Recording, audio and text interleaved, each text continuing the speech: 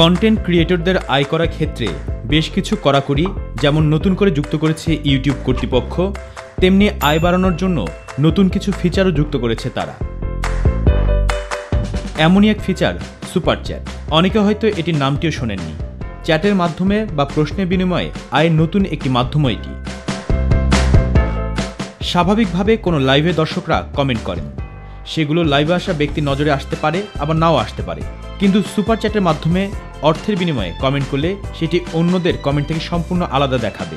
ওই কমেন্টের রং হবে সম্পূর্ণ ভিন্ন এবং সেটি পিন হয়ে থাকবে। ফলে সুপার চ্যাটের মাধ্যমে করা কমেন্ট ওই কন্টেন্ট ক্রিয়েটরের নজর আসার সম্ভাবনা অনেকটাই বেশি।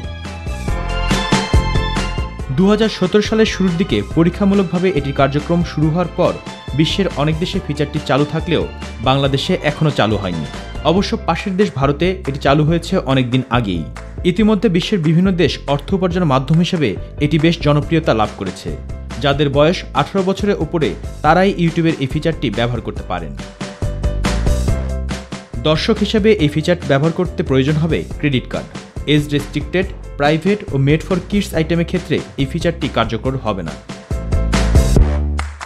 দর্শক হিসেবে সুপার চ্যাট ব্যবহারের ক্ষেত্রে অবশ্যই অর্থ পরিশোধ করতে হবে। যে কোনো লাইভে কমেন্ট করার ক্ষেত্রে সেটি 5 ঘন্টা পর্যন্ত উপরে থাকবে।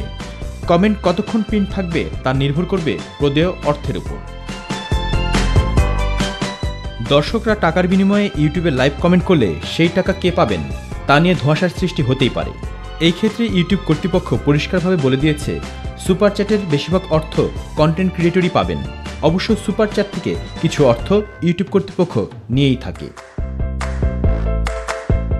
মোবাল্লিক করিম, মাই টিভি।